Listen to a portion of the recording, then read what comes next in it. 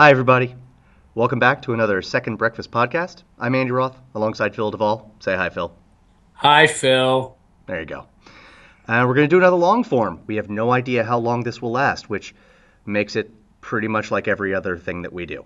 I'm All not right? sure why we distinguish anymore, but I, that's okay. no, absolutely not.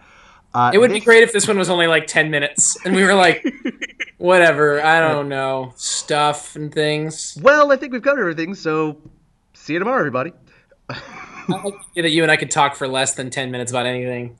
No, not even about talking for less than 10 minutes. I would talk for hours about that. Oh, God, absolutely. Anyway, this topic was suggested. It wasn't exactly a question that was given to us by a viewer, but it was inspired by that question. So, to the person who inspired it, thank you. And You know who you are. You don't know who you are, but you will. But you will. And basically, I won't go into what the question said, but what it inspired in us was thinking of movies as comfort food. The idea that movies are the thing that, I mean, yes, you can learn from movies, you can experience movies in deep and emotional ways, but there's also that aspect of movie watching that is, I just want to shut my brain off and look at pretty pictures and hear, pretty words being said, and it will transport me. And I don't have to do any heavy lifting for that to happen. And I don't think that's an unworthy use of the medium. I think it's a completely valid way to watch and to make movies as well. And that's I think all the setup that I want to do. So that's what we're going to talk about today. We're going to talk about movies as comfort food, whatever, and maybe perhaps we start with the idea of what does that mean? What does comfort food mean? Well, it was inspired by by a question that basically was saying if you could have one movie on a loop 24 hours a day, what would that be like? And what was interesting that for Andy and I, that didn't mean what was the best movie by any means. No. There are movies that are really, really great that you don't like. We've talked about before. Like Unforgiven is so phenomenal. I don't want to watch Unforgiven over and over and over again. I do want to watch it again. Like I would totally watch it right now if it was on. Right. I would turn off the. I would actually. Can we pause while I check and see if it's on so I can see if I want to continue this conversation? No. Okay. Well, I love that movie so much, but I wouldn't want to. As soon as it's over, if a movie has this huge catharsis to it, or sort of like, yeah, I mean, catharsis is the thing. Any sort of huge emotional buy-in, investment, and payoff. Probably not the movie that we're talking about. Actually, That's true. Yeah, one of the most emotionally affecting movies I've ever seen, The Deer Hunter. oh. This is not to invalidate your point at all, because I agree with you about Unforgiven. I loved that movie. I don't think I ever need to see The Deer Hunter again. I don't think. Oh, yeah, no, there's movies that are great that you never have to see again. Yes. I've seen Deliverance twice. Oh, interesting. That doesn't actually. I'm all set, I think. I think I've seen it more than that, and it doesn't, which is weird because I'm not wholly comfortable with much of that movie, but it doesn't. But the movie, like, I don't get that like, whoa, that's good, I'm good feeling when I think about watching that movie again. No, well, it's different. Like we've talked about Blade Runner. I almost said Blazing Saddles, and I was like, well, I would watch that a billion times. Oh, in a row. But we were talking about Blade Runner, and Blade Runner was a good movie that I never need to see again. Literally never need to see again. Sure. Deliverance, it's like, if someone was like, do you want to watch Deliverance? I'd be like, yeah, okay. Yeah, we can do that. By the way, our hypothetical world where we have time to just watch movies willy-nilly is really cute. Where I'm like, if someone just said to me, oh, if Unforgiven was on right now, it's like, no, not really. I'd love to watch a movie. I mean, part of the reason we do this podcast is it makes me watch movies again. Right. It's actually like, I'm like, oh, I gotta watch this. You know what I mean? So, because nothing is, you can't do it unless it's miserable to do it. But Blade Runner, Deliverance, okay, but Deliverance is so, there's these moments in it where you're like, okay, Right. all right, Right. okay, Okay. All right. okay, all right. Okay. So long. Go ahead, please continue. You brought up a movie a while. Well, we were talking about it when we did the Gauntlet. No. The Gauntlet. The Gauntlet, you mean? easily the best thing we've ever done. Mm.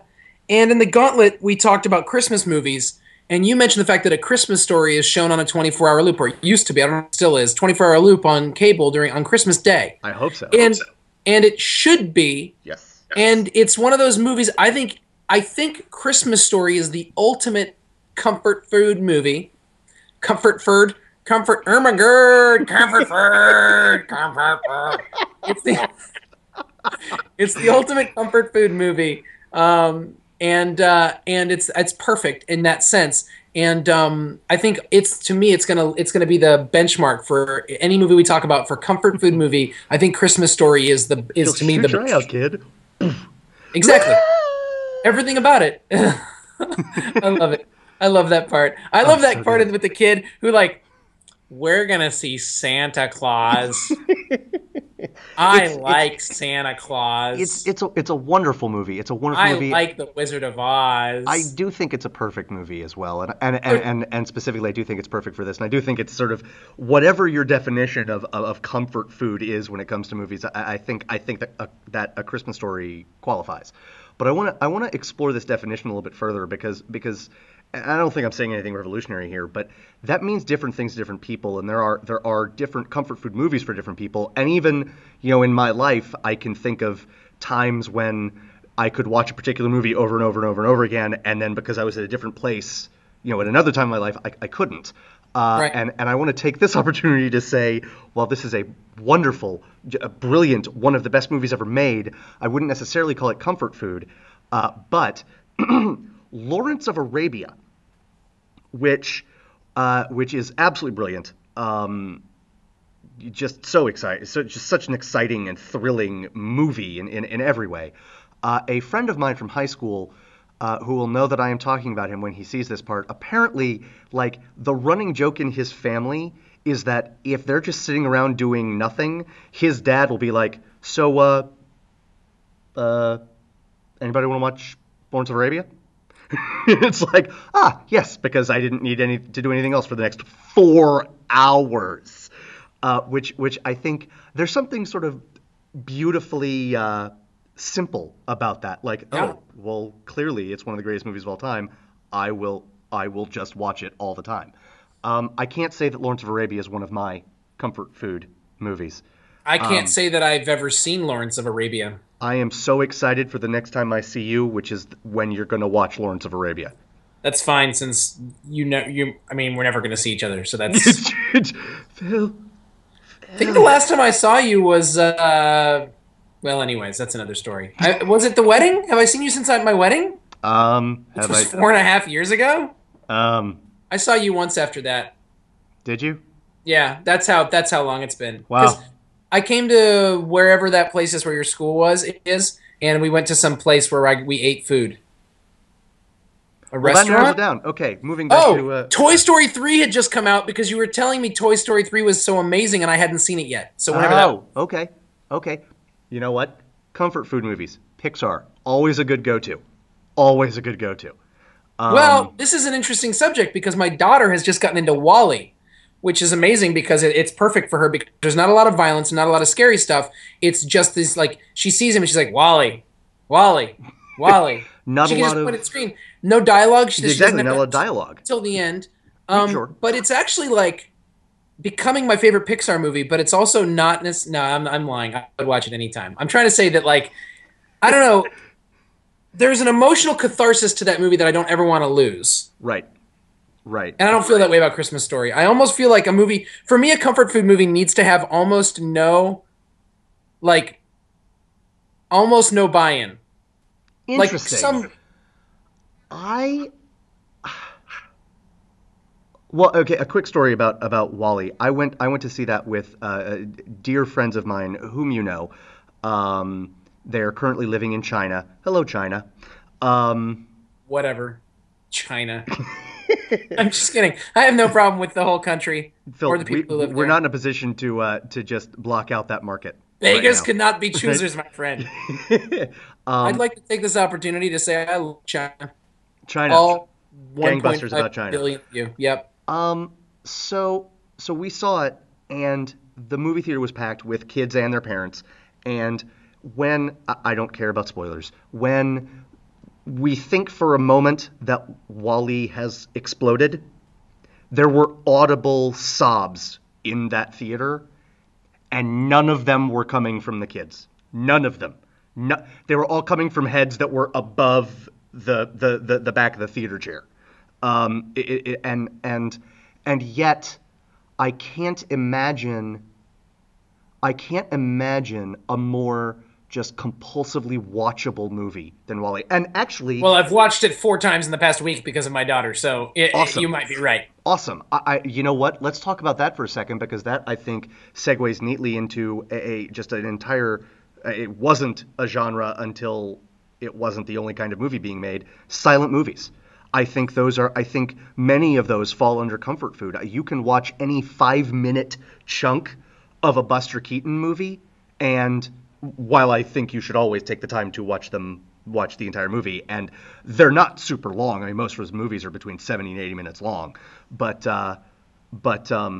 you can watch any 5-10 minute chunk, and it will fill you just the same way that any other chunk will. Yes. Agree to disagree. Say more.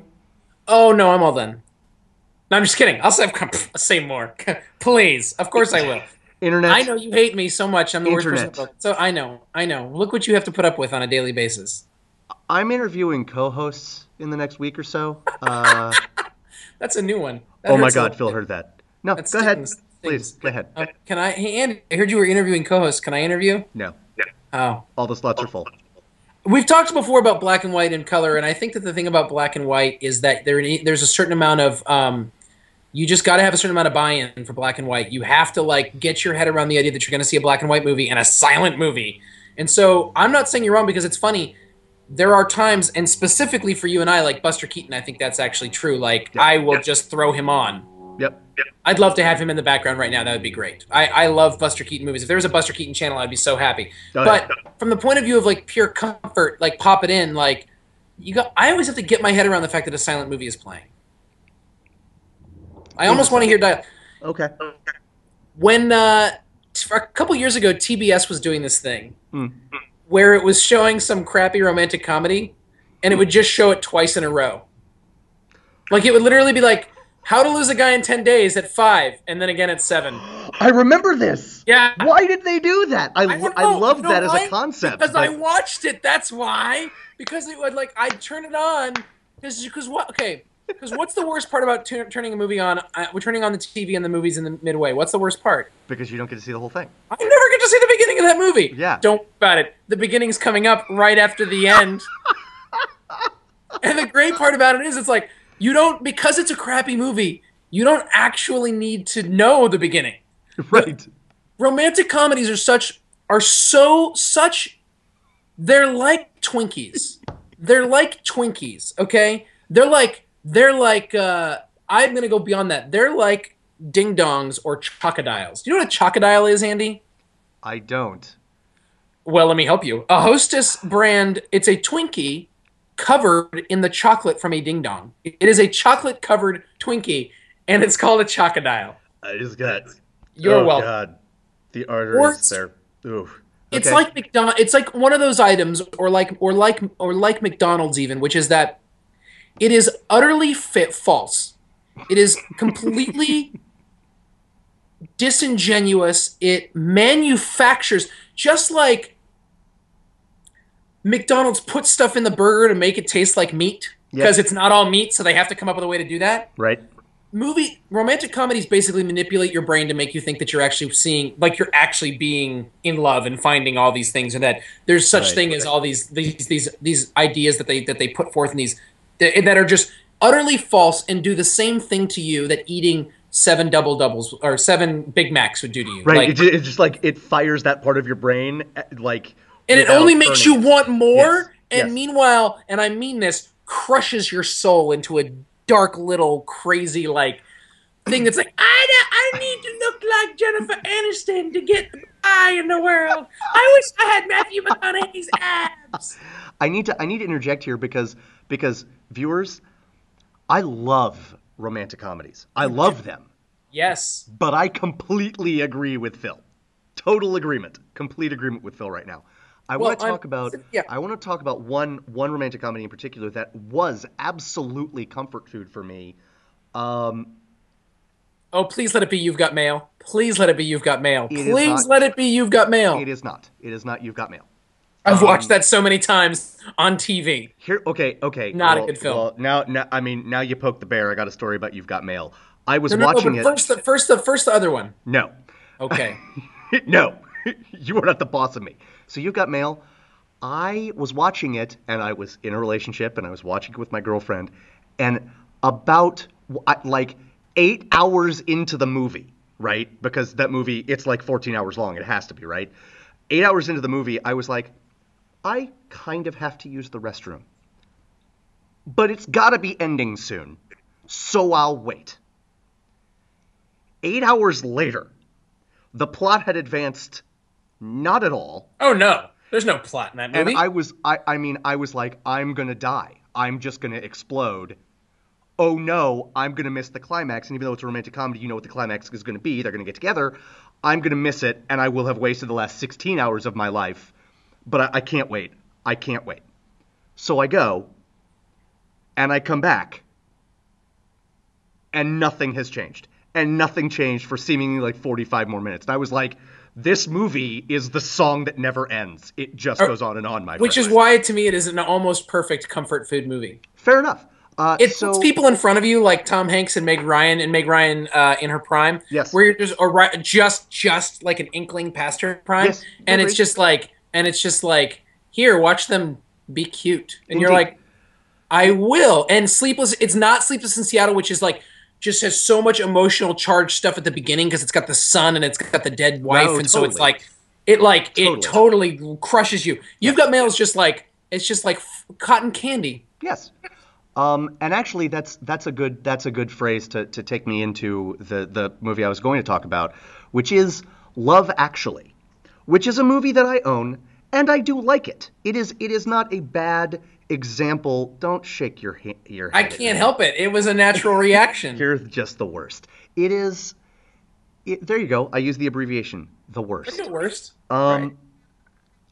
It's a good example of the genre, but what I think makes it a perfect comfort food movie is the same thing that is its weakness, and that is there are so many stories you can't go in depth into any one of them, and that is the weakness. That's a weakness because obviously you and I love character, right? But it's a strength because it's kind of like only the good parts of like 8 romantic comedies, and unless you're Emma Thompson. Oh, that's true. That's fair. I think about her. I think about the Emma Thompson, Alan Rickman subplot on her. Like, I don't even think about that movie. I don't even care about that movie. And for some reason, I just like, I think about the Emma Thompson. I don't like movies where people cheat, by the way. Cheating stuff kills me. Just yes. crushes me. I can't Yes. deal with it. And So- they both just act the crap out of that story. Oh. And she just, I mean, obviously, I'm Can not. we- I mean, again, that the scene where like Joni Mitchell is playing, and you're just like, I listen to Joni Mitchell, and it's like I don't want to buy that album. right. If someone ever gives me that album, means if my wife ever gave me that album, I'd be like, oh, you're cheating on me. That's if she bought me that particular album. Joni Mitchell has 50 albums or whatever, so if she bought me that one, I'd be like, oh, you're cheating on me. She'd be like, just hit the Thank album. you for saying Oh, it. Thank you for soft pedaling it and saying it this way. Thanks. In, I'll just pack my things. in the week after that DVD came out, and I bought it, and I will submit to you, maybe I was not in the best place. In the week after that DVD came out, I watched that movie 8 times. 8. I know. No. And yet, at the end of the 8th, I was like, okay, I'm done. But it wasn't like, oh, I can never watch this movie again. And I think it's because every single thing, like it's like the ADD romantic comedy, right? And I think there's something to that when it comes to movies as comfort food, right? And it doesn't have to be that way because you can put it on. You can put it on at any given time, Yes. and they're all so surface level that you Yep. never have to like, except for again the Emma Thompson, Alan Rickman one. Oh, slays me. yeah. Yeah. Anyways, It reminds me of Lincoln, and let me tell you why. Please do. Because you see, there's this new fad of movies that are coming out where they just were like Love Actually, where it's like, how many actors can we slam into this movie? Just we can fit. Can we fit Claudia Schiffer in this? Yeah, just give her to Liam Neeson. That's fine. And they're doing this over and over. They tried to redo. They did. He's Not That Into You, which never should have been a movie. Isn't that what it's called? Is that the one? He's just not that into you. Whatever. It doesn't. It doesn't actually matter. It could be called. Blah, blah, blah, blah, blah, blah. It's terrible. It's same idea. And then they did one for New Year's Eve. They did one for Valentine's Day. Right. This year, Arbor Day. De Niro was in the New Year's Eve movie. De Niro. I can't. I mean, you can't. Anyways, yeah. Lincoln was just like that. Lincoln, except that it was only about. It really was a normal movie. It was not a pastiche of a bunch of different things put together. It was one movie with one plot.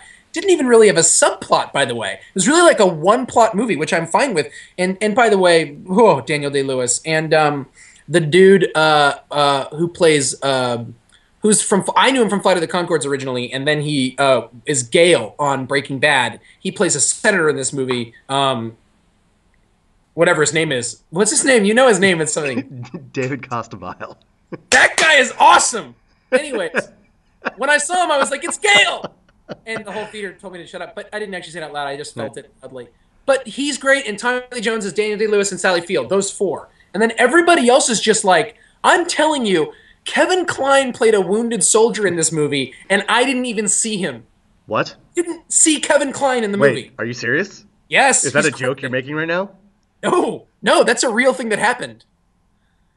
Every time someone speaks in this movie, it is an actor, like a name actor with a SAG card and like a career.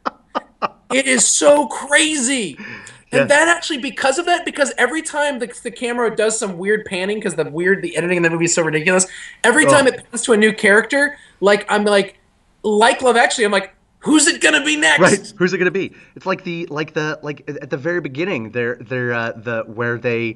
they sort of recite to Lincoln the which was the most ridiculous thing I've ever seen. Yeah, it was. Gettysburg Address. There were four actors, and all four of them were name actors, and that was the last time you see them. Yeah. I especially like the kid who was the creepy super villain from Chronicle. He was also in Lawless. Yes. Lucas Haas.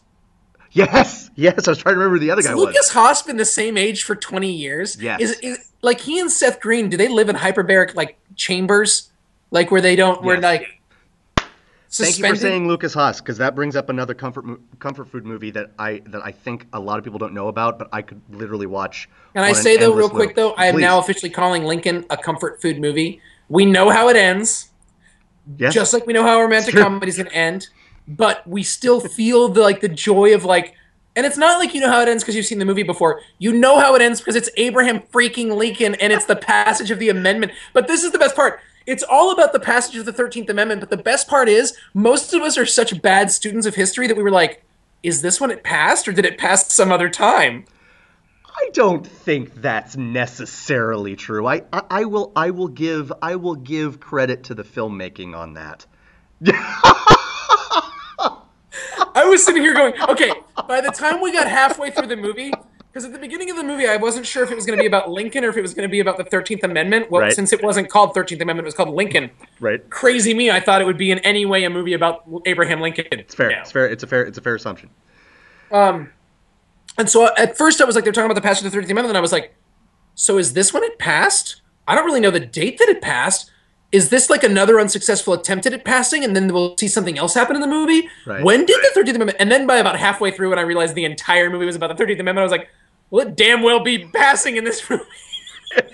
Well, you know what though? I think that's the hallmark of a successfully made movie. Although I agree with you, I have, and we've discussed it both in many different ways. I have problems with the direction of this movie, but another movie that also I think qualifies as comfort food that I knew the outcome to and I was riveted by, Apollo 13. I mean, I mean, Well played, Andrew Roth. yeah, I mean, and I think it's just like, oh my God, like I could be like looking at a newspaper clipping of the astronauts like waving, "Yay, we're alive," and I'd be like, oh my God, are they gonna live? Like it is edge of your seat, and I mean, the story you're telling is the story you're telling, but I think it was particularly impressive that the edge of your seat scene in Lincoln is a bunch of people going, yes, no, no, Yay! right? And then looking at each other. Like the words yes, the word no, and one abstention that we saw. And the then main reason that was exciting, by the way, was what I said before. It's not exciting because it's good filmmaking. It's exciting because every time they flash to a new person, you're like, it's a new actor. There's so many actors in this movie. It's ridiculous. Yes. Like, yes. seriously, I almost feel like I should have double-checked the ushers at the movie theater because I feel like Steven Spielberg probably hired name actors to be ushers at the movie theater I was at. Right. Like, just like, Nathan Lane? What are you doing here? I would totally spill extra popcorn on the ground if Nathan Lane was the usher. So I don't even know what that means. I don't either. I like it. But I mean it. Yes. You had another movie. It's completely gone out of my head, which is fine. Okay, so here's what you made me think about when you said Apollo 13, because I'll just go for a while. Please do.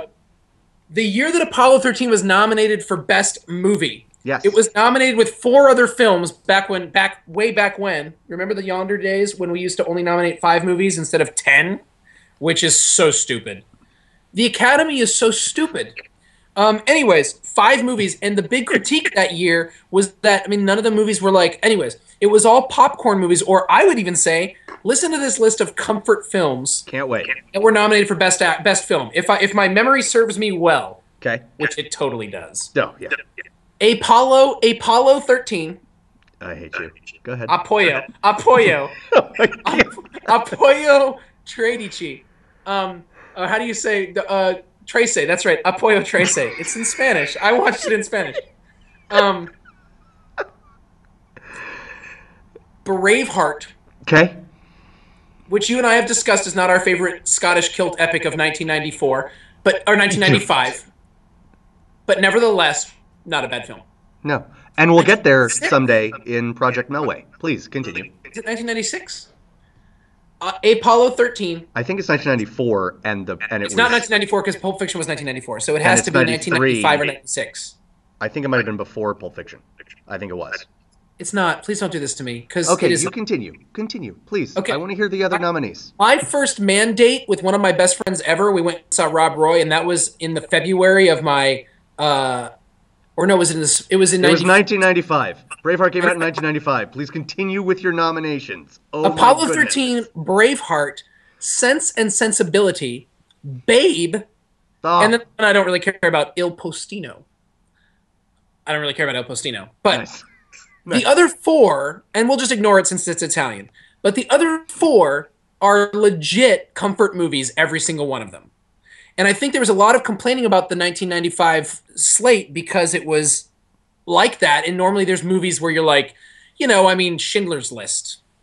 Normally there's at least 1 or 2 right movies where you're like, and now I feel bad about the human race, so that must have been a good movie.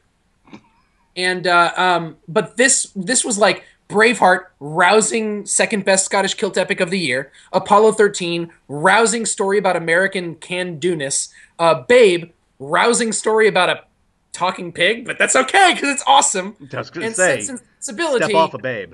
Oh no, Babe's great. Yeah. Sense and Sensibility, rousing Jane Austen tale. Yes. Which has Emma Thompson in it. And let's go. Can I say again about Emma Thompson? Can we make a rule? Could there be a law passed where Emma Thompson has to be in every movie? Men in Black 3. Well, what? I mean, she made it better. She was great in. You shut your face. She was great in Men in Black 3. You know who else was great in Men in Black 3? Michael Stuhlbarg, who was the Kentucky Democrat. You know why that's not fair? Because Michael Stuhlbarg is amazing all the time, always. You're right. So is Emma Thompson. I know. I just wanted to make it sound like I disagreed with you, and I totally agree with you. Nice. I was just mad that you brought up Michael Stuhlbarg before I did. And I watched Boardwalk Empire, and he is hands down my favorite character on the show. Never seen it. It's a show I need to watch. You will. Yeah, I know. It is unquestionably the most violent. Yes, it is unquestionably the most violent and most graphic TV show I've ever seen. Wow. Okay. Unquestionably. Okay. It is more violent and graphically violent and sexual and all that than certainly than Sopranos. So let me ask you this: in Please terms do. of television, and Yes. I would like to. Comfort TV all day long. It's comfort TV. Oh no! What? Oh no! That isn't. No. Everybody Loves Raymond. Seinfeld. There's a reason why they're on all the time because it's comfort. It feels so good. I can watch Seinfeld anytime. For me and not my wife, and this makes no sense, maybe call it discomfort food. Curb Your Enthusiasm, which is my vote for the best sitcom of all time. Curb Your Enthusiasm I can watch anytime, and it makes me happy. But I think Everybody Loves Raymond and Seinfeld are just the epitome of it for me. They are like, it's solid. Every episode is good. Every episode has something to watch. Even the episodes that aren't that great, it just you can just like. And all of this comes back to this. The reason you brought up TV is perfect because it goes back to something we haven't talked about comfort television, comfort food movies. Yeah. Which is there is an essential element of something being a comfort food movie or television show. You've seen it before. And preferably you've seen it several times before. Yeah. One of the reasons Christmas Story is such a big comfort movie is because it's a big comfort movie. It is because every single Christmas we watched it. And it's why, to some degree, I think It's a Wonderful Life gets a bad rap and gets thrown into this field as sort of a movie that I just think It's a Wonderful Life is so deep and awesome and amazing, and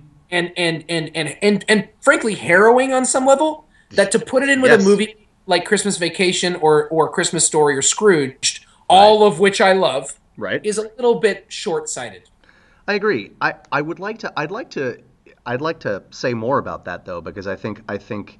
You know, I wasn't I wasn't thinking about it in those terms really, but I think you're absolutely right. I came home the other day, and my roommate, who was sick, she and her husband were watching Manhattan, and it's just, I mean, you are a roommate with a husband and wife? Yes. Where did they go wrong? Oh, so many places. But well, they went right when they started started watching Manhattan, so that's okay. Luckily for me, they went wrong fewer places than I did, so I get to live with them. Because you're living with it, yeah. So I love Manhattan. It is constantly duking it out with Annie Hall for my favorite Woody Allen movie,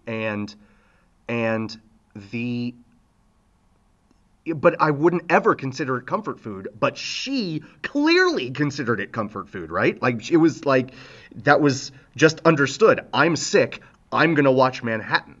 And so Manhattan absolutely does not fit your criteria, which I think is a good criterion of being sort of surface level. But she had seen it so many times that if you can disconnect sort of the levels that it works on, because while it's deep, it's also, I mean, the black and white photography is gorgeous. It's It is black and white, but that doesn't change it from being like candy for the eyes, and the dialogue is just, it is razor sharp, but it's not, but because it's patter, it's Woody Allen patter at its finest. Well, it's not Aaron Sorkin, it's authentic.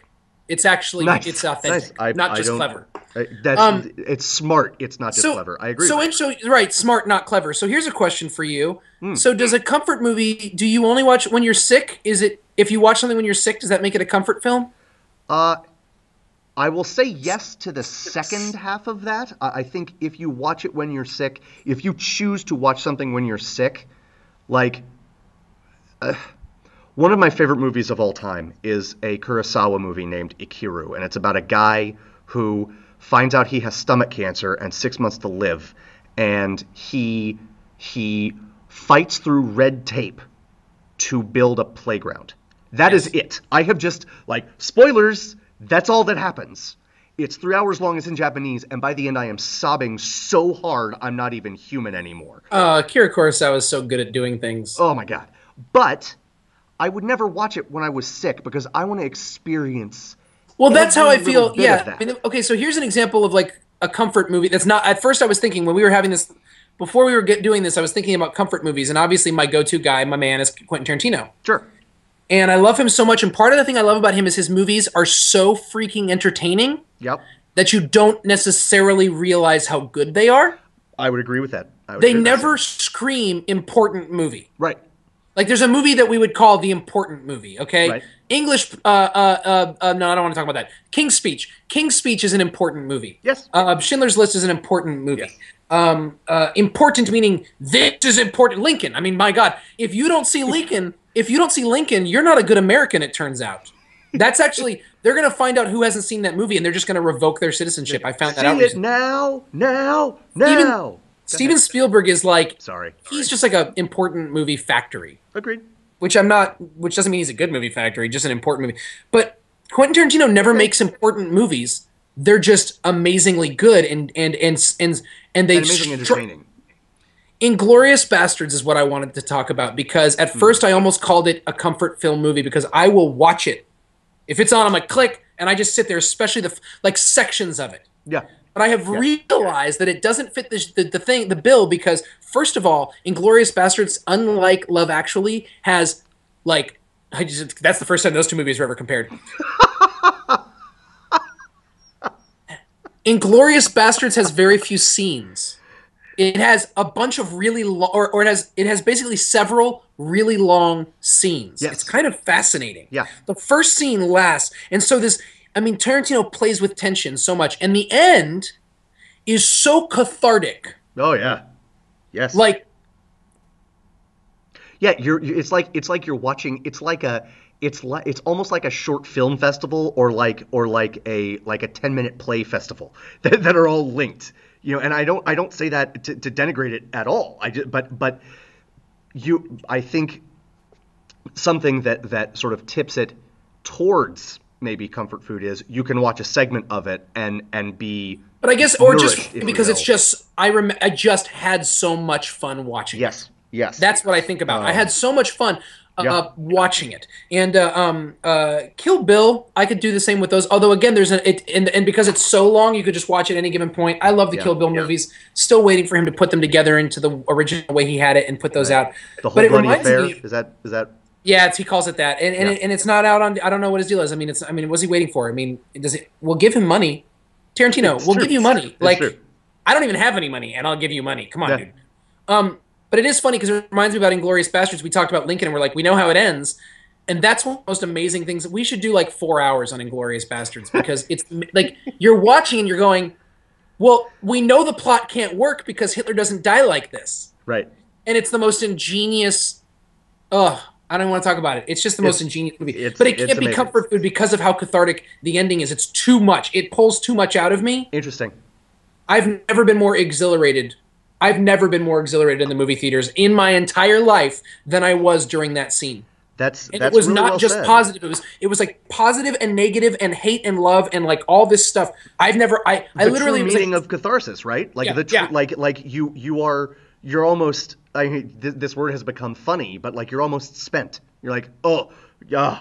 it's I the first can't do time. anything It's now. the first time. One of the first. It may be the yes. Yeah. It was such masterful filmmaking in that particular way. So yeah. Yeah. Is Hugo comfort food? No. Okay. And I liked it. I liked it a lot. I just think there's so much going on. I don't. But again, Manhattan is comfort food for I was some going to say people. it's a personal So- thing. so- I might veto you. I'm deciding Hugo, though I don't own it. I'm deciding that if someone were to buy me Hugo, for instance, for Christmas, I might end up. It might be a movie that I could just have on Okay. and just watch it when I'm sick. There's something about it that, yeah. I think Yeah, it's comfort certainly- it's movies. certainly I think beautiful, comfort right. movies need not to be very exciting the first time you see them. Interesting. I'll. Boom. I don't know if I disagree or agree with that, but it doesn't seem ridiculous on my face, on the face, not on my face. um, let's go back. Let's go back and talk about Woody Allen for a second Yeah. because I really like the way we just sort of discussed the way we just discussed Tarantino, and I think Woody Allen, especially like old school, brilliant Woody Allen, I love all of those movies, like all of them. I love all of them, but I don't know that any of them would qualify as comfort food, and the reason for that is it's like you know, I'm gonna theater geek out here for a second. Chekhov is known. Stop it. Chekhov is known like people like watch his plays today and they're so depressing and like, oh God, it's a Russian winter, blah blah blah. But he advertised them as comedies, and if you watch a good production of them, they are hilarious. But Right. you always end up wanting to die, right? Yeah. Because and that is and early Woody Allen reminds me of that. His romantic comedies never end, not never, but almost never end with him getting the girl. But that doesn't mean you didn't laugh your butt off along the way. And I think there's something very interesting about that. And I think and how to put this? By the time I really sat down and watched Woody Allen for the first time, I had seen a bunch of romantic comedies. Good, great, terrible, every step along the spectrum, right? But I had not seen a romantic comedy like Annie Hall. I had not seen a romantic comedy like Manhattan. And it was, in some sense, exhilarating. And Yeah. I think what you just said a minute ago is kind of what happened. I think it was almost too exciting. And it wasn't it was the movie, but it was almost like the deconstruction of the genre, sort of even before it got started, really. But certainly Yeah. after I experienced the genre, it was that sort of deconstruction of it that just slayed me. It slayed Yeah. me, and I sort of wasn't able to deal with it in the best way. I had to like puzzle over it. And so while I own Woody Allen movies, and while I could conceivably never not be in the mood to watch them, I wouldn't go for one of them as comfort food. Whereas I would, and I mean it's our movie, right? I mean we keep coming back to it. Like I could literally, you could put in the Goonies at any point, and at any point in the movie, like at any point of my day, and at any point in the movie, and I would just watch it, and you could stop it and backtrack 40 minutes. I'd be like, okay, here's I where I'm really hope The watching it now. Goonies is on when this conversation is over so I can watch it. Right? I want to say something that I realized I thought while we were talking about this. Please. Because I think sometimes you and I talk and we have these opinions, and then we end up, because we're saying them and we know that someone's going to watch this, then we sort of turn it into like, this is what I think, when it's like, well, I think this. I don't know, you know? I'm realizing something more and more about the fact that it has to be something that I've seen before, which is that I'm going to go so far as to say, for me, a comfort movie has to be from the 80s or 90s. If it's not in the 80s or 90s, it's not a comfort film for me. My rebuttal to that statement, is Shaun of the Dead. That's your comfort food. That's fine. I'm saying for me. Yes, but I don't care about you as much as I care about me. What year did Shaun of the Dead come out? Can't we just say it came out in 1999 and then we'll be done with it? Yes, I'm Googling it on my special Shaun of the Dead Googling machine. I bet it Oh came my out in goodness. 2000. It came out December 31st, 1999. Perfect. How I about think that that? there are obviously exceptions to that, but I'm realizing now that I'm 33 years old, the year of the Jesus, that it is. Try living in those shoes. So that I'm really really nostalgic, which is totally stupid. Like Yeah. we have no business being nostalgic. We haven't done anything with our lives. But I'm really nostalgic for growing up, and like, which again, I shouldn't be nostalgic for growing up. I didn't like growing up; it was terrible. And yet, the favorite, like the stuff that I'm like, I want to watch Speed. I want Yes. to watch. I want to watch. like someone was talking to us about our Project Melway thing, and a friend of mine, Quentin, who is a brilliant writer and thinker and uh, a great guy that I love, a brother. He was talking about he's like, good luck on that stretch between Lethal Weapon and Braveheart, and I was like, looked at the list and I was like, crap, those are all the movies I really want to watch. It's like Bird on a Wire, Air America, Lethal Weapon 1, 2, and 3. Okay, those are Maybe fun. bring on the 90s. Maverick. I would watch Maverick on a loop. I would watch Maverick on a loop. I would say of all the, I would say 35% of the reason I was excited about Project Melway was that I could watch Maverick again. Awesome. It Awesome. might be my second favorite Mel Gibson movie of all time, Behind The Road Warrior? behind Lethal Weapon 2. I love Lethal Weapon 2. It's my favorite. I think it's the best action movie, maybe of all time.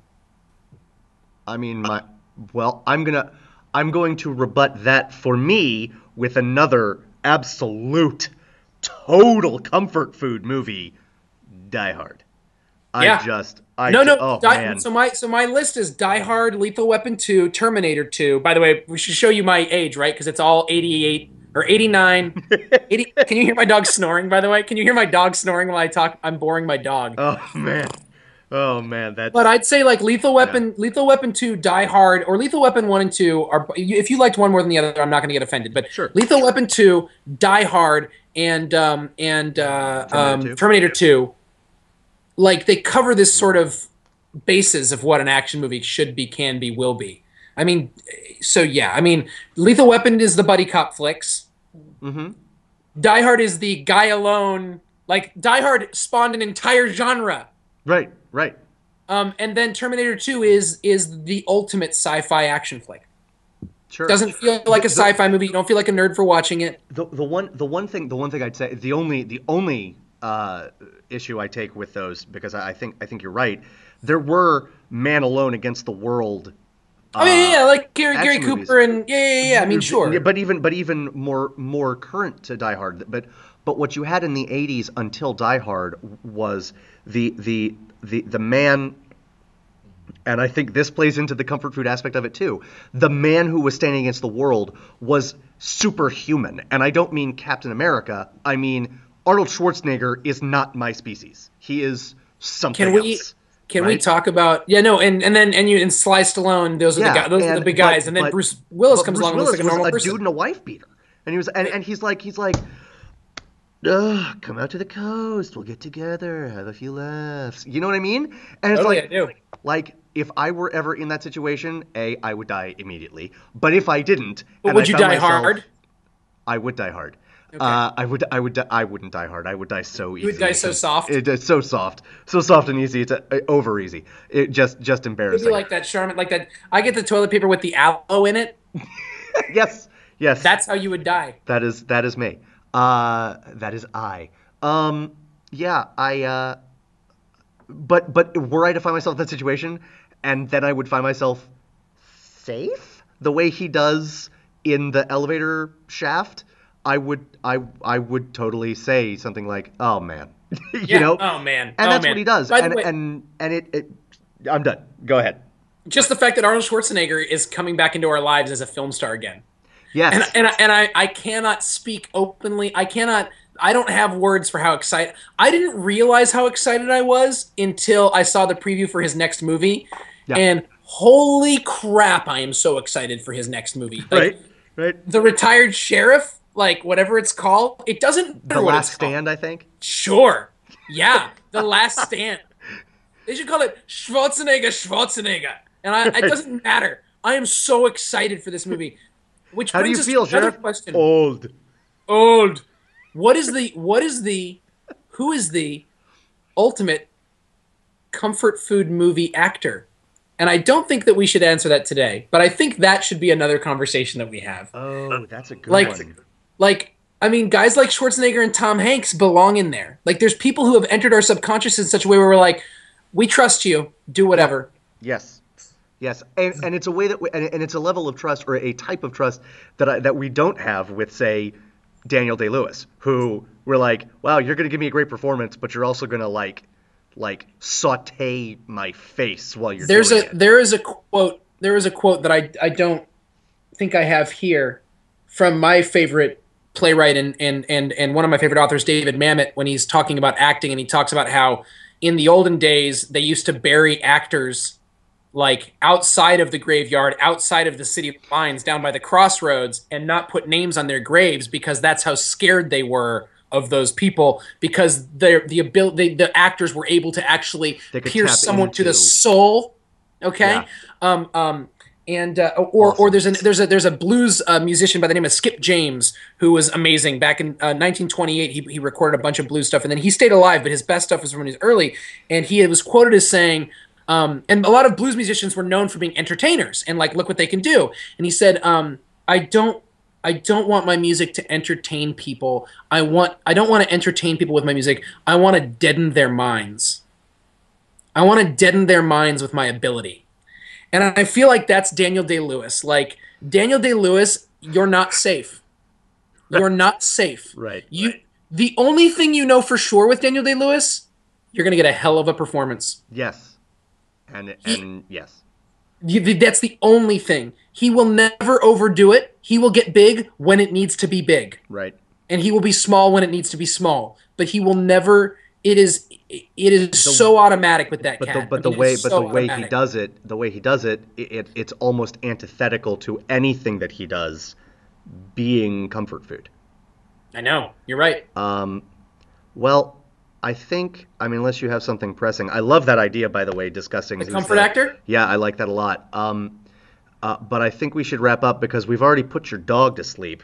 Oh God! He's a dog. Dogs sleep like 22 hours a day. And I didn't mean like kill. I didn't mean kill. I put my dog to sleep during this thing. Many animals were harmed during the making of this podcast. Okay, so let's run down a couple. Let's just do this. Christmas Story, Christmas Vacation, Goonies, Stripes, True Lies. Yes. It's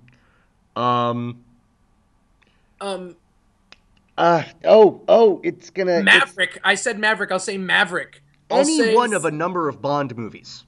Fair enough. I believe you. I don't know them, but I hear that's true. Yeah.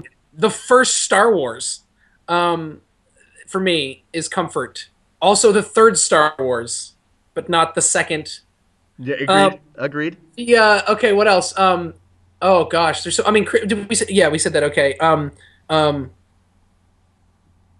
Planes, Trains, and Automobiles. Ferris Bueller's Day Off. Yes. But not the 80s movies. Breakfast Club. But not the Breakfast Club. No. Oh.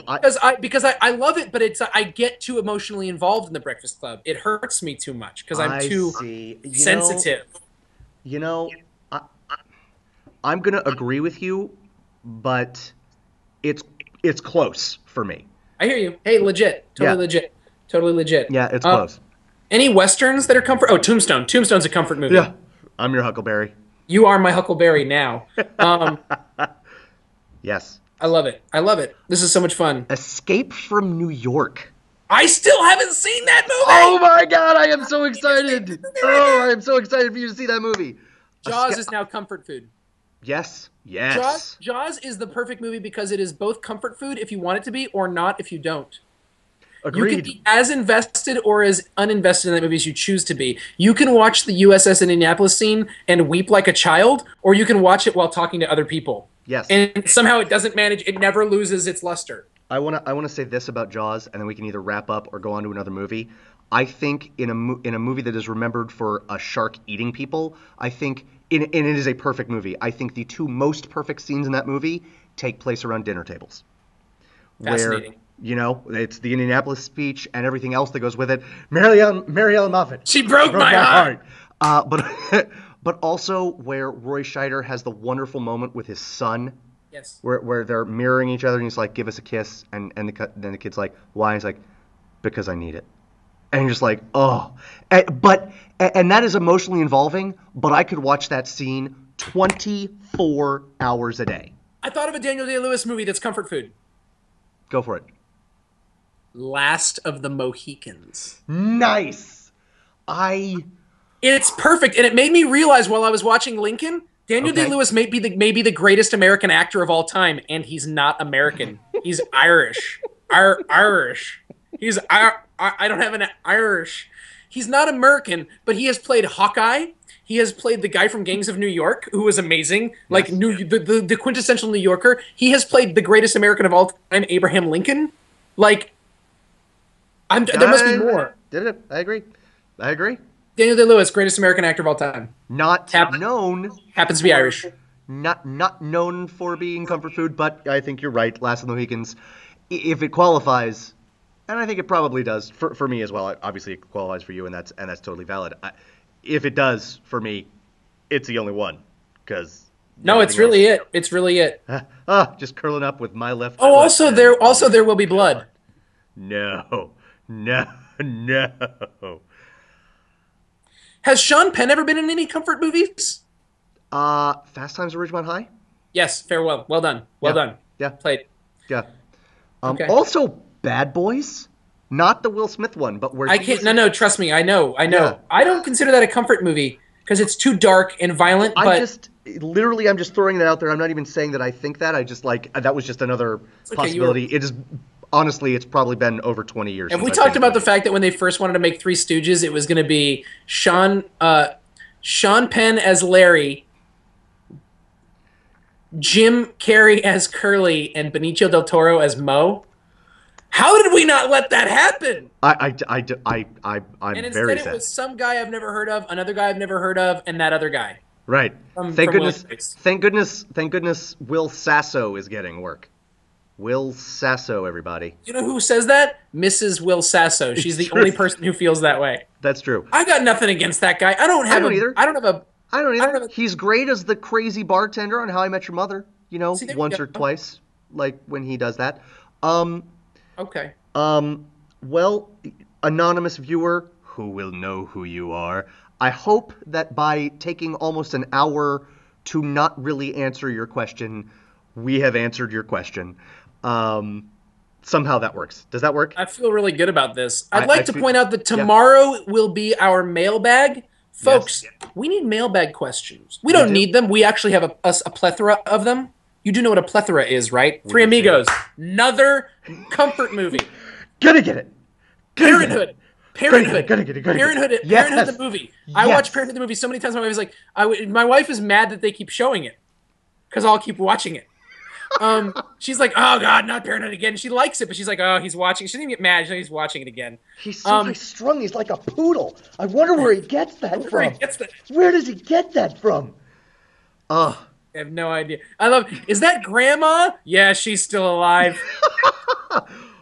What happened? Your mouth used up all the power. It's an electric ear cleaner. That's a big looks- ear cleaner. that looks pretty big. It sure is. Certainly is. She needs a man now. Why did we talk about that? Oh, so mailbag questions. Listen, we have a plethora of them, but we always could use more, and it means that we know that you're listening. And also, I'd like to throw this out there. There has been a gauntlet. If you would like to construct a gauntlet for us, that means we will devote a whole episode just to you. And that's actually kind of an amazing thing because Andy and I are pretty cool. So think about that. Right? Honestly. I'm just saying, No. guys want to be us, ladies want to be with us. And some ladies want to be us, and some guys want to be with us. It's the 2010s. Right? Nothing's a given. Nothing's a given anymore. No. Okay. I think that's it. I think we're good. I think you wrapped us up perfectly. I think that's great. I love you all. I love you, Andy. I love you, Phil. Andy and I, by the way, both had terrible days. This totally made up for it. Totally made up for it. I'm sitting down, but I'm not touching the ground or my chair. I'm hovering. Wow. Yeah, it's great.